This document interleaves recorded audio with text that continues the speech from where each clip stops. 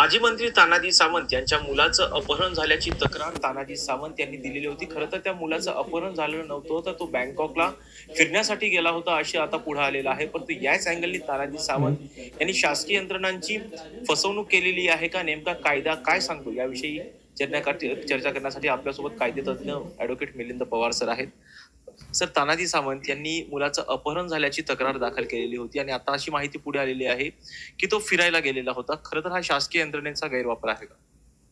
आता याच्यामध्ये म्हणजे ज्या काही बातम्या आल्या, वर्तमानपत्रातून आल्या, विविध सगळ्या आपल्या चॅनलला दाखवल्या, त्यावरून मिळालेली जी काय माहिती आहे त्या माहितीनुसार सकृतदर्शनी असं वाटतं की सरकारी यंत्रणांचा पूर्णपणे बेकायदेशीर वापर झाला. कसा झाला? कारण आलेल्या माहितीनुसार किंवा आलेल्या बातमीनुसार प्रकार असा घडला की सावंतांचे चिरंजीव कुठेतरी एअरपोर्टला गेले. ही माहिती कोणी दिली? ड्रायव्हरने दिली. ड्रायव्हरने सांगितले की तुमच्या मुलाला मी एअरपोर्टला ड्रॉप केलाय. आता एअरपोर्टला ड्रॉप केलाय म्हटल्यानंतर कुठल्या एसटीने किंवा बैलगाडीने किंवा कुठल्या खासगी गाडीत बसून गेला असं होणार नव्हतं. एअरपोर्टला गेला म्हणजे कुठल्या तरी विमानाने एक तर देशातले डोमेस्टिक अंतर्गत प्रवास किंवा आंतरराष्ट्रीय प्रवास करू शकतो, ही कल्पना तर आली होती. मग एअरपोर्टला जाताना एवढी सुरक्षा व्यवस्था आहे, भले तुमचं स्पेशल चार्टर्ड फ्लाईट असू द्या किंवा कॉमन असू द्या, सगळ्या यंत्रणा चेक केल्याशिवाय जात नाहीत. ताबडतोब सीसीटीव्ही मध्ये कळलं असते का कुठेतरी बाहेर पडलंय की नाही. मग ही जर माहिती तुम्हाला माहिती होती की मुलगा हा एअरपोर्टला गेलाय म्हणजे कुठेतरी बाहेर गेला असेल, मग अशा परिस्थितीमध्ये घाईघाईने माझ्या मुलाला कोणीतरी किडनॅप केला अशी तक्रार देणं म्हणजे हे त्याला म्हणतात ना आफ्टर थॉट, हा प्लॅन करून बनाव करून केलेली फिर्याद आहे सकृतदर्शनी, असं मला तरी वाटतं. तर सुरुवातीला आपण बघतो ज्यावेळेस एखादा व्यक्ती सापडत नाही किंवा तो बेपत्ता होतो, अशा वेळी पहिल्यांदा मिसिंगची तक्रार दिल्या जाते. पण इथं थेटपणे मिसिंगची तक्रार न देता थेटपणे अपहरणाची तक्रार देण्यात. म्हणजे यामध्ये कसं दिसतंय की मला माहिती आहे की मुलगा कुठे एअरपोर्टला आहे. एअरपोर्टला म्हणजे कुठेतरी बाहेर चाललाय, हा पळून चाललाय, रागाच्या भरात चाललाय, मित्रांबरोबर आनंदात चाललाय, हा सगळा नंतरचा भाग आहे, बरोबर आहे. आणि मग मनुष्य मिसिंग म्हणजे मला जर माहिती की मुलगा निघून चाललाय तर मी पहिल्यांदा काय केलं पाहिजे, ताबडतोब पोलिसांना फोन की बाबा माझा मुलगा पळून चाललाय, किडनॅप केलाय असं मी म्हणूच शकत नाही कारण खातरजमा होऊ शकत नाही.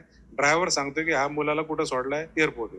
मग अशा वेळेला पोलीस स्टेशनला जाऊन मनुष्य मिसिंग पहिल्यांदा तक्रार द्यायला पाहिजे, मनुष्य मिसिंगची, की माझा मुलगा घरातून रागाच्या भरात निघून गेलाय किंवा मित्रांवर फिरून गेलाय, फोन बंद येतोय, आम्ही सगळे टेन्शन मध्ये आलोय, मुलाचा शोध घ्या. रेग्युलर जनरल अनुभव काय, पोलीस स्टेशनला गेल्यानंतर ताबडतोब मनुष्य मिसिंगची कंप्लेंट घेत नाही. जरी घाईघाई लोक गेले तर म्हणतात तुम्ही शेजारी पाजारी चौकशी करा, मित्रांकडे चौकशी करा, सकाळी कुठे गेलाय, लोकेशन त्याचं बघा, मग आपण बघू. म्हणजे मनुष्य मिसिंगची तक्रार घ्यायला पोलीस टाळाटाळ करतात, हा सामान्य माणसाचा रेग्युलर अनुभव. पण हे न होता डायरेक्ट किडनॅपची तक्रार दाखल होणं हे कुठंतरी म्हणजे सगळं संशयास्पद. आणि तुम्ही कुणीतरी मोठे पदाधिकारी कुठल्या पदावर असताल आणि म्हणून पोलिसांनी पण झुकून ताबडतोब अशी सर्व्हिस देणं म्हणजे हा सर्वसामान्य माणूस आणि हे ज्येष्ठ नेते मंडळी किंवा वरिष्ठ पदावरची लोक यांच्यामध्ये कसा दुजा भाव आहे, एक वकील म्हणून मला ते बघताना सगळं दिसतं. तर आपण पाहतोय की शासकीय यंत्रणांना त्यांनी हाताशी धरल्याचं सुद्धा पाहायला मिळतं. अपहरणाची तक्रार त्यांनी दिली, त्यानंतर जे चार्टर्ड प्लेन होतं ते बँकॉकच्या दिशेने जाताना अंदमान निकोबार जवळ याला वळवून परत पुण्यात आणण्यात आलं. यामध्ये ज्या यंत्रणा सहभागी होत्या त्यांच्यावरती कुठं कारवाई होऊ शकते का? आता यामध्ये असं दिसतंय की एकतर सेंट्रल गव्हर्नमेंट विमान जे काय आपलं दळणवळण जे काय आहे याचे कायदेच वेगळे. आता एक विमान हवेत उडाल्यानंतर त्याचं लँडिंग, त्याचं ते सगळं म्हणजे जो काही सगळा प्रकार आहे याला सुद्धा वेगळे नियम आहेत. आता एखादं विमान जर दुसऱ्या राज्यामध्ये दुसऱ्याच्या हद्दीमध्ये प्रवास करतंय आणि हवेत त्याला परत फिरवायचं आणि परत कुठल्या तरी अवेळी पुण्यामध्ये त्याला लँड करायचं म्हणजे हा फार मोठा, म्हणजे कधीतरी मला वाटतं माझ्या IQ माहितीमध्ये देशामध्ये हा पहिल्यांदाच प्रकार घडला असं मी तरी कधी ऐकलं नव्हतं. कारण प्रत्येक विमान कधी लँड करायचं, साध्या रेल्वे सुद्धा तर दुसरी येत असेल तर पहिली थांबून ठेवलं. एक तर पुण्यामध्ये रनवे कमी आहेत, अशा परिस्थितीमध्ये ते हवेत फिरवलं आणि पुण्यामध्ये लँड केलं म्हणजे हा सगळा कधी न घडलेला प्रकार ऐकायला मिळाला. आणि असं जर घडत असेल तर निश्चितपणे मला असं वाटतंय की यामध्ये सगळ्याच यंत्रणांनी त्यांना सपोर्ट केला. भली त्यांची तक्रार ती खोटी असेल पण खोट्या तक्रारीला या सगळ्या पोलिसांपासून सगळं वायमनी कुठलं खातं असेल यांनी सपोर्ट केला, असं मला सकृतदर्शनी तरी असं वाटतं. तर आपण पाहतो की कंट्रोल रूमला विदाऊट रिझन म्हणजे ऑथेंटिक रिझन नसेल अशा वेळी कॉल जरी केला तर गुन्हा दाखल होतो.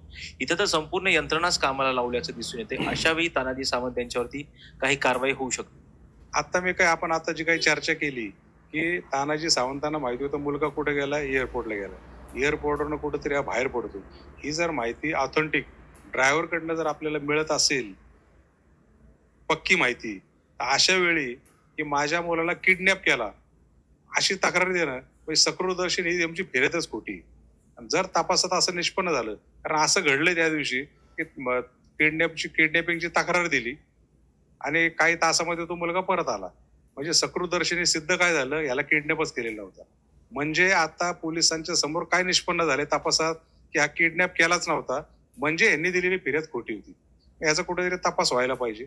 195 IPC जुना, त्यानुसार गुन्हा दाखल होऊन खोटी फिर्याद दाखल करणं, खोटी पोलिसांची दिशाभूल करणं, पोलिसांची दिशाभूल करून खोटी FIR दाखल करणं, हाच मुळात गुन्हा साबित होऊन पोलिसांनी जर मानावर घेतलं तर सावंतांवर सकृतदर्शनी गुन्हा दाखल होईल, एक वकील म्हणून मला असं वाटतं. सर आपण बघतोय की एखादी म्हणजे सामान्य व्यक्ती जर त्याचं अपहरण झालं असेल किंवा तो बेपत्ता झाला असेल तर त्याची पोलीस तक्रार घेत नाहीत, पण पोलिसांनी एवढी चपळाई दाखवली किंवा एवढी तत्परता दाखवली म्हणून पोलिसांवरती काही कारवाई होऊ शकते का? किंवा नाही नाही, पोलिसांवर कारवाई आता कसं आहे की समजा आता मी एखादी तक्रार द्यायला गेलो, तक्रार पोलिसांना दिली पण पोलिसांनी दखल घेतली नाही, लेखी तक्रार दिली तरी दखल घ्यायना, वारंवार असं घडतं. हायकोर्ट सुप्रीम कोर्ट सांगून दमले की ताबडतोब कॉग्निझन्स घेतला जात नाही. मग अशा वेळेला तक्रार दाखल केली, एक 2-3 दिवस वाट बघतो, आम्ही सल्ला देतो क्लायंटला की आपल्याला कोर्टामध्ये 156(3) CRPC खाली खासगी खटला दाखल करावा लागेल आणि मग न्यायालयाकडनं आदेश मिळतो की ह्या प्रकरणामध्ये तुम्ही गुन्हा दाखल करा आणि तपास करा. असं बऱ्याच वेळेला असा प्रकार घडतो. पण यामध्ये जर पोलिसांनी एवढं तात्परतेने दाखवलं असेल तर ह्याच्यामध्ये दुजाभाव कसा घडलाय की सामान्य माणसाला वेगळी वागणूक आणि ठराविक लोकांना वेगळी वागणूक, हे जे काय आपल्या आता महाराष्ट्रामध्ये देशामध्ये दिसतंय हे आता उघडपणे दिसायला लागले. पोलीस सुद्धा दुजाभाव करून जर वागायला लागले तर मग सामान्य माणसाने जायचं कुठं, हा एक प्रश्न होईल. आता ह्या सरकारी यंत्रणा, मग विमानाचं तुमचं दळणवळण खातं असेल किंवा मग पोलीस यंत्रणा असेल, आता हा पोलीस यंत्रणेने हे सगळं बनाव तयार करून रात्रीतून विमान ते परत फिरवलं खाली आलं, याला प्रचंड यामध्ये खर्च झाला असेल. मग हा खर्च तरी आता कुठेतरी वसूल व्हायला पाहिजे. खर्चाबाबत काय, कारण आता घडलाय, प्रकार तर घडून गेलाय आणि हा खर्च जर वसूल करायचा असेल तर यामध्ये कुणीतरी याचिका मुंबई उच्च न्यायालयामध्ये दाखल केली तर हायकोर्ट यामध्ये आपल्याला निर्देश देऊ शकतो. हा आमचा रेग्युलर अनुभव मी तुम्हाला सांगतो. हा जो खर्च झालेला आहे शासकीय खर्च म्हणजे स्टार्टिंगच्या यंत्रणांपासून ते थेट पायलट पर्यंत सगळा जो खर्च झालेला आहे शासकीय यंत्रणांचा, तो वसूल करता येऊ शकतो का? त्यासाठी कायदेशीर बाबी काय आहे? नाही, मग तेच आता मी सांगितलं की यामध्ये रीतसर याचिका दाखल व्हायला लागेल. याचिकामध्ये हायकोर्टला जो समजा कोणी PIL दाखल केलं तर त्यामध्ये ह्या सगळ्या यंत्रणांना पार्टीज करावं लागेल. त्यामध्ये पोलीस खाते आलं, त्यामध्ये विमानाचं ते कुठलं दळणवळण खातं ते आलं, या सगळ्या लोकांना पार्टीज करून बारीकपणाने तपास करावा लागेल. आणि आता आपण लेटेस्ट नवीन मध्ये जर पाहिलं तर बदलापूरमध्ये हाच प्रकार घडला होता. शेवटी उच्च न्यायालयामध्ये याचिका दाखल झाल्यानंतर शेवटी काय घडलं की पोलिसांचा स्टँड काय होता की ह्यांनी रिव्हॉल्वर आमचं हिसकावून घेतलं, आम्हालाच मारणार होतो म्हणून आम्ही त्याचं एन्काउंटर केलं. पण तपासात आणि बाकीच्या सगळ्या टेक्निकल एव्हिडन्स पुराव्यामध्ये काय आलं की त्या व्यक्तीचा ज्याचा एन्काउंटर झालाय त्या आरोपीचा, त्याच्या हाताचे ठसे रिव्हॉल्वर आढळून आले नाही आणि म्हणून हा प्रकार घडलाच नाही. पोलिसांनी त्याचा जाणीवपूर्वक मर्डर केला आणि म्हणून पोलिसांच्या विरोधात खुनाचा गुन्हा दाखल झाला. त्याच पद्धतीने बारीक सगळा तपास झाला, म्हणजे किडनॅपची होणारी तक्रार त्यानंतर आणि यामध्ये दुसरं एक असं आहे की समजा साधी मिसिंग दाखल झाली असती तर मिसिंगच्या तक्रारीचा तपास करायचा पोलिसांचा अँगल वेगळा असतो. क्राईम दाखल झाला तर तुम्ही काहीतरी करू शकता. आता तुम्हाला माहिती आहे की हे विमानात बसून मासे कुठेतरी बाहेर गेलेत, बाहेरच्या राज्यात गेलेत, आता सध्या ऍट प्रेझेंट ते हवेमध्ये, त्यांना परत कसं आणायचं, म्हणून ताबडतोब घाईघाईने गुन्हा दाखल केला असेल. गुन्हा दाखल केला की पोलीस मोशन मध्ये येतात, तपास सुरू होतो आणि त्या तपासाच्या अनुषंगाने ते ताबडतोब त्यांनी रात्रीतून सगळं कंट्रोल करून विमान फिरवलं. मग ही जी काही यंत्रणा सगळी कामाला लागली, हा गव्हर्नमेंटचा किती मोठा खर्च आहे एका व्यक्ती करता. आपण असं धरू, 1-2 मिनिटासाठी धरू की हे सगळा यांनी बनावच केला. मग बनाव केला हे जर सिद्ध झालं तर मग हा झालेला खर्च ज्याने बनाव केला त्याच्याकडून वसूल व्हायला पाहिजे. हा नॅचरल म्हणजे बट नॅचरल आहे, हे व्हायलाच पाहिजे. परंतु हे कधी होणार की हा सगळा बनाव ह्या सावंतांनी केला होता, याचा विस्तृतपणे सखोल तपास करणारे कोण आहे? पोलीस. आता पोलिसांना माहिती आपण जर विस्तृतपणे तपास करावा तर आपण अडचणीत येतो. विमानांचे जे काही कंपन्या कुठलं फ्लाईट असेल तिथपर्यंत जाऊ म्हणलं तर बाकीचं मंत्रालयापासून बाकीची कोणीतरी लोक अडचणीत येऊ शकतात. म्हणजे मग तपास कसा डायव्हर्ट करायचा हा स्वतः पोलीस करू शकतात. आणि म्हणून तळापर्यंत गेलं तर हे सगळं निष्पन्न होईल.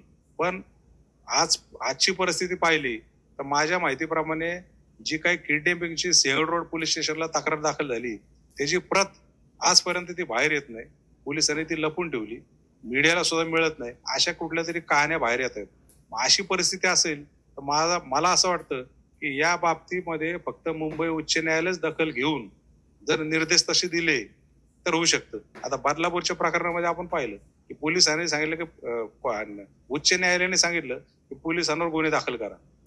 असे आदेश निघाले की विदिन 8 days 8 दिवसाच्या आत ज्यांच्या मुलाचा एन्काउंटर झालाय त्याचं कुटुंब हायकोर्टला जाऊन ऍफिडेव्हिट देतंय, नाही आता आम्हाला काय ही केसच पुढे चालवायची नाही. म्हणजे ह्या हद्दीपर्यंत हे सगळी यंत्रणा जात असतील तर मग सामान्य माणूस आणि एक वेगळा असा वर्ग यांच्यासाठी कसा न्याय मिळतो हे आता आपण ह्या प्रकरणात सगळं पाहिलंय असं एक वकील म्हणून मला वाटतं. खूप खूप धन्यवाद, तुम्ही टॉप न्यूज मराठीशी संवाद साधला. खरं तर माजी मंत्री तानाजी सावंत यांचा मुलगा ऋषिराज सावंत याचं अपहरण झाल्याची तक्रार तानाजी सावंत यांनी दिलेली होती. परंतु पोलीस तपासात पुढे असं लक्षात आले की त्याचं अपहरण झालेलं नव्हतं, तो बँकॉकमध्ये फिरण्यासाठी गेलेला होता. आता खरंच तानाजी सावंत यांनी खोटी फिर्याद दिली होती का हे पोलीस तपासात पुढे येणार आहे. परंतु जर त्यांनी खोटी तक्रार दिली तर त्यांच्यावरती गुन्हा देखील दाखल होऊ शकतो असं कायदेतज्ञ ॲडव्होकेट मिलिंद पवार यांनी सांगितलेलं आहे. व्हिडिओ जर्नलिस्ट निलेश लोहारसह राजरत्न जोंधळे, टॉप न्यूज मराठी, पुणे.